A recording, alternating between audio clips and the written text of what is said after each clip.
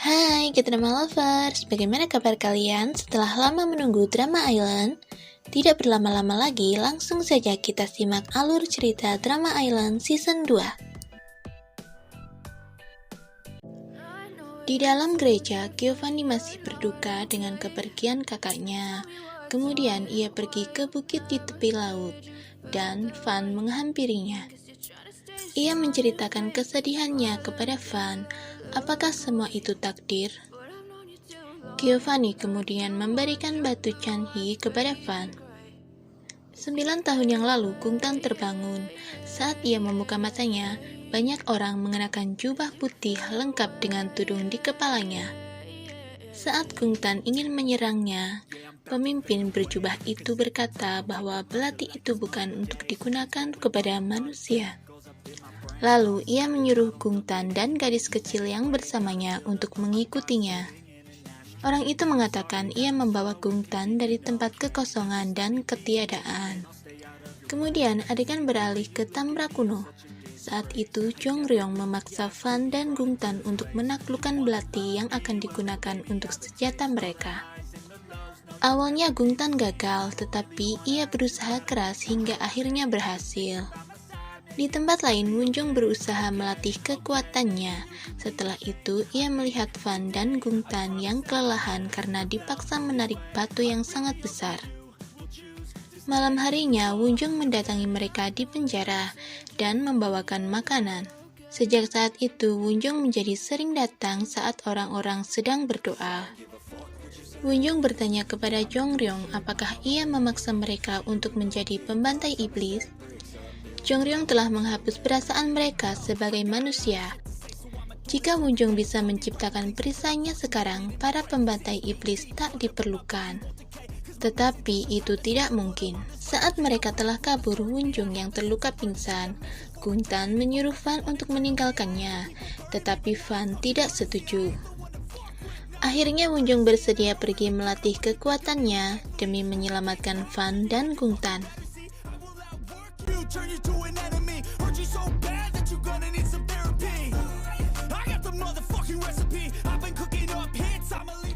Waktu berlalu, mereka bertiga telah dewasa. Wunjung meminta Jongryong untuk membebaskan Van dan Gungtan setelah perisai berhasil ia ciptakan. Lalu Wunjung memberitahukan kabar itu kepada mereka. Saatnya telah tiba, Wunjung sedang menciptakan perisai, tetapi Van dan Gungtan justru dikurung dan dibakar oleh Jongryong. Jongryong mengatakan bahwa Wunjung telah mengetahui mereka yang akan dimusnahkan. Tetapi Van tidak mempercayainya. Saat Wunjung masih membuat perisainya, mereka berdua dapat lolos. Mereka yang telah berubah menjadi iblis membunuh semua orang yang ada di sana, termasuk Jongryong.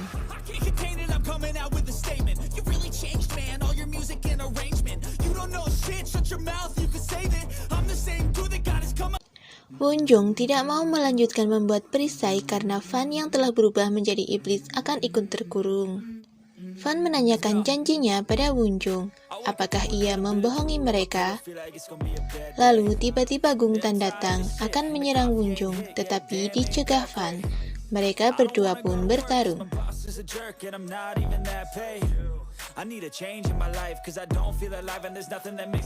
Kemudian tubuh Wunjung mengeluarkan cahaya. Saat Gungtan akan membunuhnya, Van datang, tetapi Gungtan sengaja mengarahkan Wunjung ke arah belati Van. Wunjung terjatuh. Ia berjanji kepada Van akan kembali untuk menyelamatkannya. Wunjung meminta Van untuk menunggu. Wunjung telah mati, semua iblis terkurung di bawah tanah, termasuk Gungtan yang masih menjadi iblis. Kemudian Nenek Baekju memakai kekuatannya, membuat mereka menjadi batu.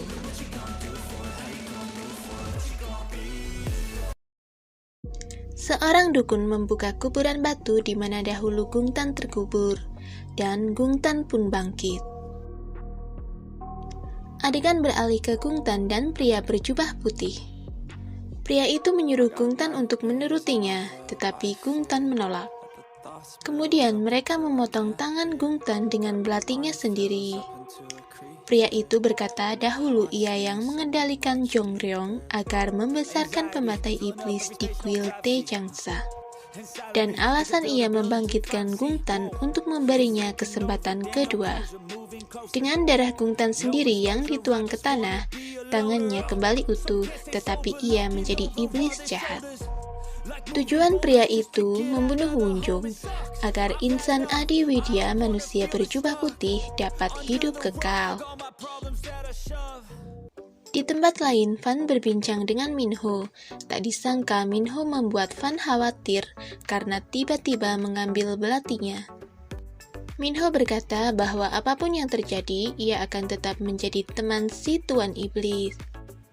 Paman Chang menemui Giovanni di gereja. Ia berkata padanya untuk fokus pada satu hal saja, yaitu melindungi Minho. Lalu Giovanni teringat perkataan Fan bahwa manusia selalu merasa yang mereka yakini adalah benar. Paman Chang kemudian pergi meninggalkan Giovanni. Fan menemani Minho ke tempat Sucin, tetapi sampai di sana kosong. Sucin mengirimkan pesan bahwa ia meminta maaf karena tidak memberitahunya. Minho lalu mengajak Fan pergi, berkata tidak ingin kehilangan siapapun lagi. Di depan patung yang dahulu Nenek Baekju ciptakan, ia menceritakan kepada Boyomji cerita yang menyedihkan. Saat Boyomji bertanya siapa mereka, kemudian Fan dan Minho datang. Nenek Baekju berkata Wunjung seumur hidup melakukan latihan yang luar biasa menyiksa, tetapi Minho bersikeras ingin mencobanya. Lalu nenek menyuruh Fan menjauh dan Minho melihat ke sebuah cermin ajaib. Ia pun merasa sangat kesakitan. Fan bertanya kepada Nenek Baekju. Nenek berkata itu baru permulaan. Saat Minho menunggu Fan di mobil, ia dipanggil muridnya. Ternyata Lee Suryon yang ingin mengucapkan terima kasih dan memberikan syal buatan ibunya sendiri. Minho merasa dilema. Jika ingatannya pulih, apakah ia akan menjadi Wunjung atau tetap menjadi Won Minho? Fan memberi saran untuk menjadi dirinya sendiri. Paman Chang mengajak Minho untuk latihan menembak. Ternyata Minho masih jago dalam olahraga itu. Kemudian Minho mengatakan akan tinggal di rumah Nenek Baekju untuk sementara. Saat Minho sedang berkemas, Giovanni datang. Ia memaksa ingin ikut mereka. Setelah dijelaskan Paman Chang, Fan yang tadinya tidak setuju akhirnya menerimanya. Mereka bertiga telah sampai di rumah Nenek Baekju. Nenek Baekju sudah berada di halaman untuk menyambut mereka. Fan memandang Minho yang telah berganti pakaian dengan gaun putih, persis seperti Wunjung dahulu. Tetapi Fan tidak diperkenankan Nenek Baekju untuk ikut Minho berlatih. Won Minho melihat ke sekitar dengan kagum. Kemudian Nenek Baekju mulai mengajarinya.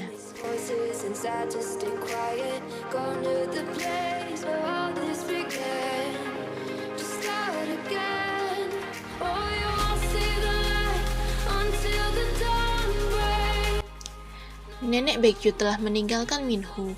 Fan boleh melihatnya tetapi harus menjaga jarak. Fan menurutinya. Ia pun melihat dari kejauhan. Sementara itu, Giovanni disuruh membantu Nenek Baekju membelah kayu untuk membuat tungku agar bisa membuat air panas untuk berendam Won Minho.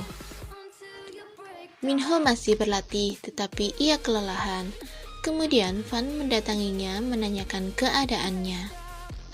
Minho meraih tangan Fan untuk membantunya berdiri. Fan pun memberikan jasnya untuk dipakai Minho yang merasa kedinginan. Sambil berjalan, Minho menanyakan tentang Wunjung kepada Fan. Fan menjawab tidak mengingatnya.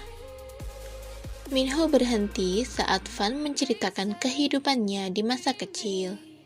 Sesampainya di rumah, Minho terkejut melihat Giovanni yang sedang membuat api dengan tungku kayu. Selesai Minho mandi, mereka akhirnya makan malam bersama. Won Minho masih terus berlatih dari hari ke hari.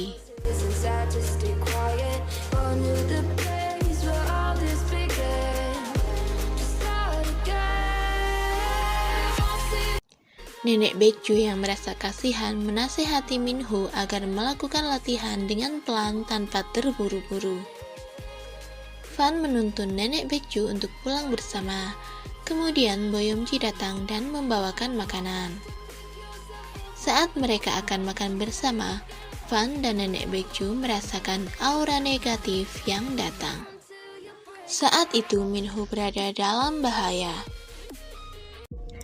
Di masa lalu, saat Gungtan sedang berjalan, awal pertemuan Gungtan dengan Boyomji.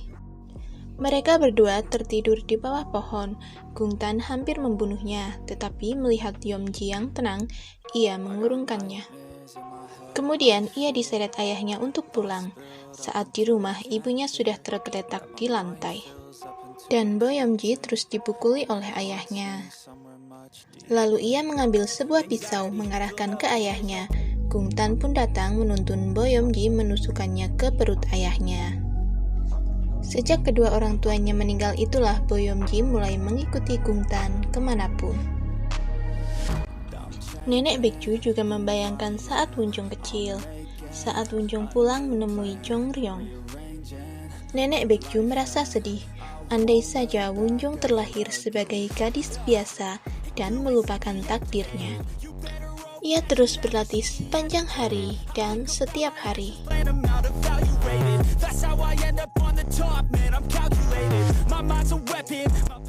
Kembali ke masa sekarang, Fan dan Giovanni segera berlari menemui Minho. Di sana, Minho mengeluarkan energinya. Cahayanya muncul. Gungtan merasa ketakutan, kemudian ia pergi. Giovanni yang mengejarnya berpapasan tetapi tidak melihatnya. Setelah itu, tubuh Wunjung melayang dengan kondisi lemah. Fan ingin mendekatinya, tetapi terhalang suatu kekuatan. Ternyata saat itu Minho mengingat kejadian di masa lalu saat ia menjadi Wunjung. Gungtan merasa dirinya menyedihkan karena masih ketakutan dengan Wunjung. Ia pun membuat asap hitam kejahatan bertebaran di seluruh kota. Nenek Baekju menyadari itu perbuatan Gungtan. Ia menyuruh Fan untuk menarik kembali kasih sayangnya untuk Won Minho. Mereka bertiga telah pulang ke rumah Minho. Fan berkata tidak akan datang untuk beberapa hari karena harus ada yang ia lakukan. Minho yang kesal dengan sikap Fan hanya mengiyakannya. Fan sedih, sebenarnya bukan itu yang ia mau. Gungtan dengan rencana barunya membangunkan iblis. Lee Suryeon yang sedang berjalan kerasukan iblis tersebut. Ia kembali ke sekolah. Ia berdiri di atap gedung untuk bunuh diri. Lalu, ia benar-benar melompat. Boyomji merasa sedih kenapa harus Lee Suryeon. Tetapi, ia tidak bisa melawan Gungtan. Sementara Fan masih sibuk dengan para iblis yang harus ia tangani. Setelah lama absen dari mengajar, Minho akhirnya kembali ke sekolah dengan ditemani Giovanni. Saat mereka sampai di sekolah, mereka dikagetkan dengan tubuh Lee Suryeon yang tergeletak berlumuran darah. Minho histeris, ia sangat syok dengan kejadian itu. Fan akhirnya menemui Minho. Minho menyalahkan dirinya dengan kejadian itu. Kenapa kekuatannya tidak kunjung bangkit? Kenapa dia harus mati? Fan berkata jika terlalu sulit, maka berhenti dan pergilah. Jika Minho pergi, Fan akan tetap jadi iblis yang membunuh para iblis jahat. Kabut hitam itu telah bekerja. Orang-orang mulai kerasukan oleh roh iblis. Sementara Yeomji terlihat sedih, ia melihat bayangan Lee Suryeon di depannya. Minho bersikeras ingin pergi untuk mencari tahu kebenaran kematian Lee Suryeon. Giovanni berusaha mencegah tetapi gagal. Paman Chang dan Giovanni menyusulnya. Saat Minho menaiki tangga, ia kerasukan iblis jahat. Iblis itu bernama Gu Sunse, yang menguak sisi gelap dalam benak manusia. Giovanni dan Paman Chang berhasil menyelamatkan Minho yang hampir terjatuh dari gedung. Kemudian para siswa mulai kerasukan. Giovanni berusaha menanganinya, tetapi mereka terlalu banyak. Paman Chang menggunakan pengeras suara membacakan doa. Mereka semua merasa kepanasan dan pergi ke taman. Giovanni menyemprotkan air yang telah diberi doa, tetapi mereka berusaha menghindar. Saat mereka berusaha kabur, Van mengurung mereka dengan mantranya. Giovanni kembali menyemprotkan air. Para siswa akhirnya kembali sadar. Gungtan yang melihat dari jauh lalu pergi. Sementara Minho masih menyalahkan dirinya sendiri. Yeomji menanyakan kenapa harus mengundang iblis, kenapa tidak langsung membunuh Minho saja. Gungtan menjawab itu omong kosong.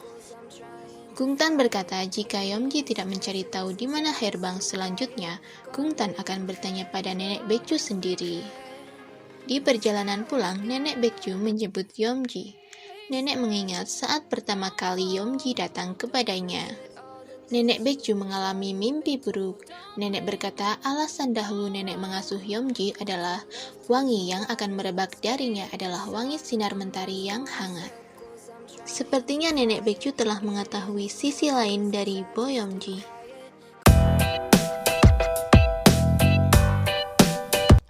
Van mendatangi Gungtan di penjara tempat dahulu mereka dikurung. Apakah Van masih tinggal di sana karena penyesalan dan penebusan? Gungtan berkata itu bukan salah mereka. Mereka hanya melakukan tugas. Faktanya, mereka hanya perlu membunuh satu orang untuk pergi dari tempat itu. Pasti suatu hari Van akan membunuhnya lagi. Dahulu Gungtan disegel oleh Minho di tempat yang hanya ada kekosongan. Tak bisa merasakan waktu, derita, dan apa yang ada di pikirannya. Mereka kini berbeda dengan manusia. Darah iblis sama-sama mengalir dalam tubuh mereka. Van kemudian menyerang Gungtan.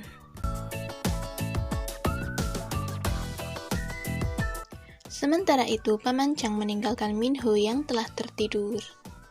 Giovanni bertanya kepada Van, iblis itu berbeda dengan iblis yang mereka hadapi selama ini. Ia monster yang membuat orang bunuh diri. Van membayangkan saat ia bertarung dengannya. Van kemudian pergi untuk mengurus iblis lagi, dan Giovanni bertugas menjaga Minho. Di tempat lain, Gungtan membaca mantra. Apa yang akan ia lakukan kali ini? Giovanni mengecek Minho yang masih tertidur, kemudian ia pergi. Tetapi ia merasakan ada kekuatan jahat. Lalu ia pergi dengan meninggalkan Minho. Minho terbangun, ia akan mengambil air minum. Lalu tiba-tiba ia melihat Sujin di hadapannya dengan raut wajah sedih. Seorang laki-laki hampir membakar dirinya sendiri, tetapi Van datang menggagalkannya. Giovanni bergegas akan menolong orang yang terkena iblis. Ia tidak tahu Minho dalam bahaya. Minho mengikuti iblis yang menyamar menjadi Sujin, tetapi ia dicegah Paman Chang. Setelah di dalam rumah, iblis membisiki Minho sesuatu agar ia membenci Paman Chang. Minho kemudian mencari bukti.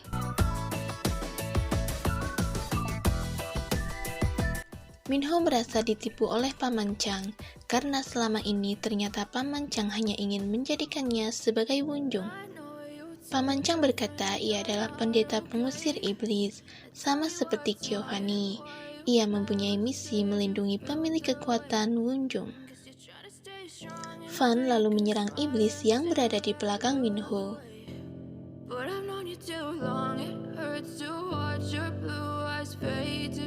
Minho menatap ke cermin, menyalahkan Wunjung atas apa yang terjadi kepadanya selama ini. Lalu Giovanni datang membantu Van menyerang iblis. Sementara Minho berdiri di pinggir balkon bersiap melompat. Setelah melompat, ia melihat Wunjung memegang tangannya. Ia kemudian diberi ingatan kejadian masa lalu. Setelah itu, Wunjung menghilang, berganti Van yang menyelamatkannya. Dalam hati, Paman Chang berkata, Minho adalah keluarganya satu-satunya, maka dari itu ia melindunginya. Saat Paman Chang akan meninggalkan rumah, Giovanni datang. Paman Chang mempercayakan Minho kepada Giovanni untuk ia lindungi. Lalu Giovanni melihat barang-barang di ruangan Paman Chang, dan ia menemukan foto lama Paman Chang dan Minho kecil. Minho bercerita kepada Fan bahwa ia melihat Wunjong dan melihat masa lalu. Ia meminta maaf karena Minho bukanlah dirinya, dan Gungtan yang sejak tadi mendengar mereka menyerang Minho. Fan dan Gungtan kini saling serang. Let's go. I wake up to a little bit of drool on my pillow, feel like it's gonna be a bad day. Yeah, I'm tired of shit and the coffee ain't hit yet, damn ain't that great. Gungtan berkata ia kasihan melihat keputusasaan dari Fan. Fan melemparkan belatinya ke arah Gungtan, tetapi tertusuk belatinya sendiri demi melindungi Minho. Mereka berdua pun terlempar ke laut. Saat Giovanni datang, tempat itu sudah berantakan. Kemudian Giovanni menggunakan kekuatannya untuk mereplay kejadian yang tadi. Akhirnya Giovanni tahu kalau pria yang berjas hitam yang membunuh Wunjong bukanlah Fan. Fan dan Minho selamat. Minho memeluk Fan erat saat Fan sadar. Boyamji memberikan makanan untuk seorang ibu yang masih menyusui.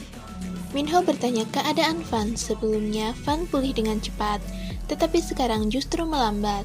Otaknya juga nampak cedera. Fan bercerita, ia tinggal di Bukit Batu karena merasa nyaman.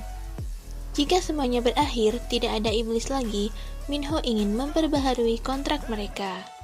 Minho menginginkan Fan tetap menjadi pengawalnya. Fan menjawab mungkin Minho yang mengalami cedera otak. Minho kemudian bersandar di bahu Fan. Di lain tempat, Gungtan merasa marah dengan Minho yang lagi-lagi menunjukkan kekuatannya. Ia kemudian melampiaskannya kepada orang lain. Gungtan membunuh mereka semua. Kemudian Boyamji membawa bayi yang ibunya telah dibunuh. Dan Gungtan melihat ke sekitar sambil tertawa. Boyamji berlari membawa bayi itu, kemudian ia sengaja ke arah mobil. Setelah itu, ia pergi meninggalkan bayi tersebut kepada seorang wanita. Ia lalu pulang, menyuruh nenek Baekju untuk segera pergi. Sebenarnya nenek tahu apa yang dilakukan Yeomji, tetapi ia diam saja, karena saat itu Yeomji rapuh. Nenek Baekju ingin menjaganya. Bagaimana nenek akan menghapus dosanya? Semua orang hidup memiliki nenek. Ia ingin suatu hari Boyamji akan menjadi seorang nenek yang melindungi Tamra. Yeomji kemudian pergi. Ia berlari tetapi berpapasan dengan Gungtan. Yeomji mencoba mencegah Gungtan untuk tidak menemui nenek Baekju. Gungtan bercerita saat itu nenek Baekju ada di sana menyaksikan semuanya, tetapi ia diam saja. Akhirnya ia akan membuat nenek mendatanginya. Yeomji juga harus menanggung konsekuensinya. Berganti ke Fan dan Minho, mereka masih tertidur. Tetapi tiba-tiba Minho terbangun dan ia keluar dari gua tempat mereka bermalam. Minho melihat ke sekitar, lalu ia mulai berlatih menciptakan perisai. Please Lord give me a sign, a sign. I feel like I'm losing my mind. Is everybody in the world blind? Kemudian tak lama Fan datang, melarang Minho untuk melakukannya, karena Fan tidak ingin Minho menghilang. Di tempat persembunyiannya, Gungtan bermain piano sembari menunggu nenek Baekju, lalu nenek Baekju datang. Di tempat lain, Giovanni justru berlarian mencari nenek Baekju. Nenek meminta Gungtan mengembalikan Yeomji, tetapi Gungtan tidak mau. Gungtan berkata ia terlalu banyak membunuh, hingga ia lupa berapa banyak yang ia bunuh. Gungtan kemudian menodongkan belatinya. Ia berkata agar nenek merelakan anak-anak nenek yang telah mati. Dan Giovanni masih berusaha mencari nenek Baekju. Gungtan memaksa nenek Baekju untuk memberitahu di mana doll Herbang yang lain. Kemudian tanpa disadari Yeomji telah menusuk Gungtan. Ia berkata menyesal telah mengenalnya. Lalu Gungtan melempar Boyomji dengan keras. Giovanni telah datang, menyuruh nenek Baekju untuk bersama Boyomji. Ia sudah siap menyerang Gungtan dengan pedangnya.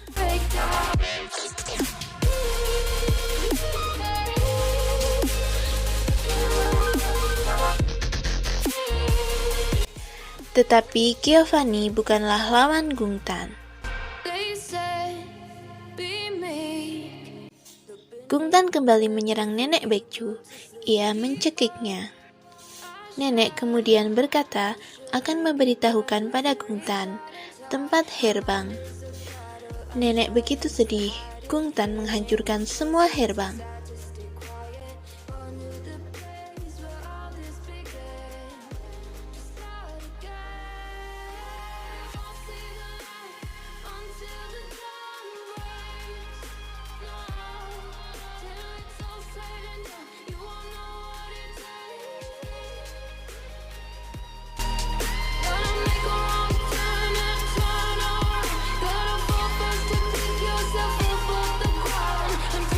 Setelah itu Gungtan kembali, dan ia menusukkan belatinya ke nenek Baekju. Sementara itu Fan mengurung Minho di gua. Ia tidak bisa melawan Gungtan jika ada Minho. Fan mencari Gungtan ke markas. Di sana Giovanni sudah sekarat. Ia menyuruh Fan untuk mencari nenek Baekju. Fan menemukan nenek Baekju yang tergeletak. Ia akan mati, tetapi mencemaskannya dan Yeomji. Saat Minho menyentuh perisai pelindung yang dibuat Fan, tiba-tiba perisai hancur. Dan nenek Baekju tidak bisa bertahan lagi, ia mati. Sementara itu kekuatan Gungtan telah bertambah. Ternyata yang memecahkan perisai yang dibuat oleh Fan ialah Wunjung. Lalu Fan memimpikan nenek Baekju. Ia berkata alasan kekuatan Minho belum bangkit ialah karena permata yang ada dalam diri Minho belum utuh. Wunjung juga mengatakan hal yang sama pada Minho. Dahulu saat Wunjung terbunuh, pecahan inti sihir memasuki tubuh Fan. Jika Fan memberikan inti sihir itu pada Minho, maka Fan tidak akan menjadi manusia lagi. Sedangkan jika Minho membuat perisai tanpa inti sihir yang ada pada Fan, maka Minho yang akan mati. Minho dan Fan sama-sama dilema, mereka dalam pilihan yang sulit. Nenek Baekju kemudian berpamitan, berterima kasih dan meminta maaf telah meninggalkan banyak beban untuknya.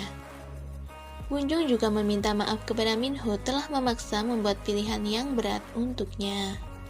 Sementara Gungtan begitu menantikan Won Minho. Fan mendatangi Yeomji. Ia tidak menyalahkannya. Ia hanya menyuruhnya untuk terus hidup sebagaimana dia hidup bersama nenek.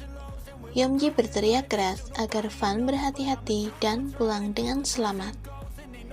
Fan kemudian berlari menuju ke Minho. Di masa lalu, Wunjung mendatangi Fan. Ia menceritakan kisah Anggulimala. Ia dihukum oleh Buddha. Ia harus membunuh 1000 orang yang ada di hadapannya agar bisa terlepas dari karmanya. Ia telah membunuh 999 orang. Suatu hari ibunya menemuinya, jadi dia harus membunuh ibunya sebagai orang yang ke-1000. Tetapi Buddha datang melarang membunuh ibunya.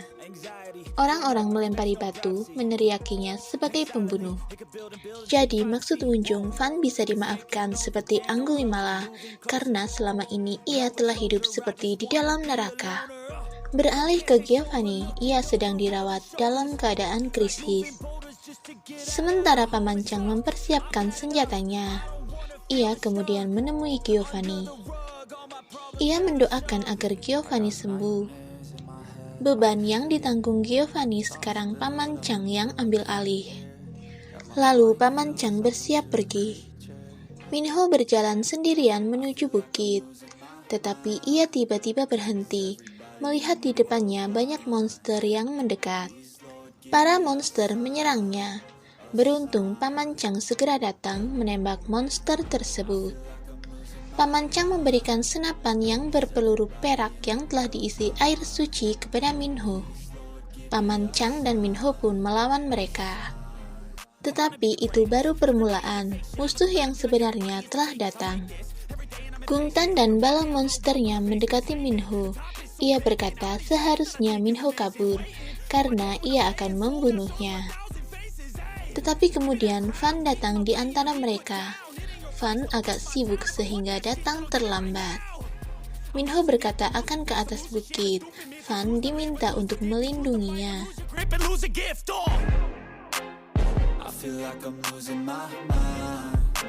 Is everybody in the world blind? Please Lord give me a sign, a sign. Fan tertusuk belati Gungtan. Minho dalam bahaya. Beruntung Giovanni datang menyelamatkan Minho. I feel like I'm losing my mind. Ternyata saat Paman Chang pergi, Giovanni sembuh. Ia mencemaskan Minho. Ia meminta Minho menyerahkan tugas tersebut padanya. Dan Minho memohon bantuan Giovanni. Let's go. I wake up to a little bit of drool on my pillow, feel like it's gonna be a bad day. Yeah, I'm tired of shit and the coffee ain't hit yet, damn ain't that great. I don't wanna go Minho mulai membuat perisainya. that pay. I need a change in my life cause I don't feel alive and there's nothing that makes me happy. Hold my beer for a minute. I'm about to quit my job, cash in for a ticket. I'm going on a trip and I don't plan to visit. I'm gonna stay there till I feel like I'm... Saat Minho hampir menyerah, Nenek Baekju mendatanginya. Bagaimana mungkin Minho kuat menghadapinya? Selain menjadi Minho, ingatan Wunjung telah pulih. Sementara Fan masih mencoba melawan Gungtan. Gungtan berkata mereka terkurung di pulau itu karena mantra dari wanita tersebut.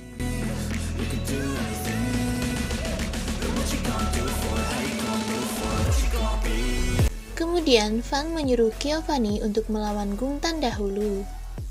Giovanni bersedia. Ia berkata pada Gungtan, demi seseorang ia tak boleh cuti sakit. Walaupun sudah tidak ada perintah dari Tuhan, ia akan tetap melindunginya. Yeah, this is my life, my strife, my right to fight, to die on. And this is my game to play, to claim a brand new name, oh. And I ain't gonna lie to you, I'm a bit nervous that I might screw everything up that I've ever done. Fan dengan kesusahan berusaha menggapai Minho yang sedang menciptakan perisai. Gotta find what I'm good at. I guess I look here, look there, over where am I scared, where am I at? Fan berkata akan memberikan pecahan inti sihir yang ada padanya agar Minho dapat membuat perisai. Ia tidak mau Minho menghilang, tetapi Minho ingin menolaknya. Saat Fan memeluk Minho, tiba-tiba ia mengambil inti sihir itu, meminta Minho agar membantunya beristirahat. Ia sudah lelah.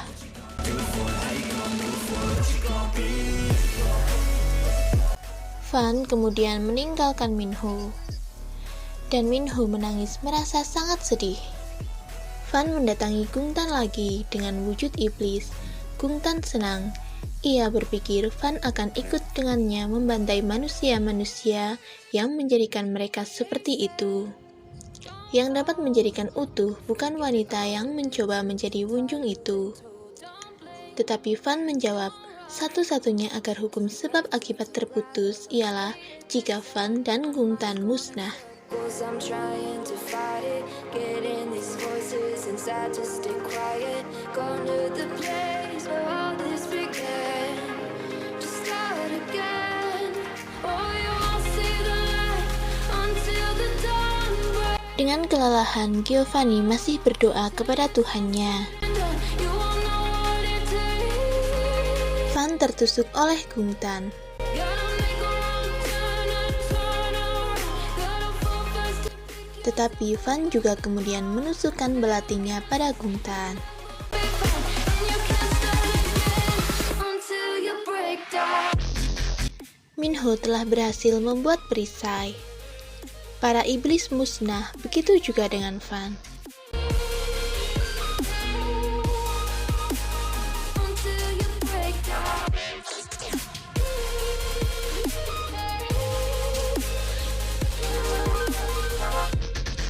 Minho menangisi Van yang juga ikut menghilang bersama para iblis. Kemudian insan Adiwidya mengawasi dari kejauhan.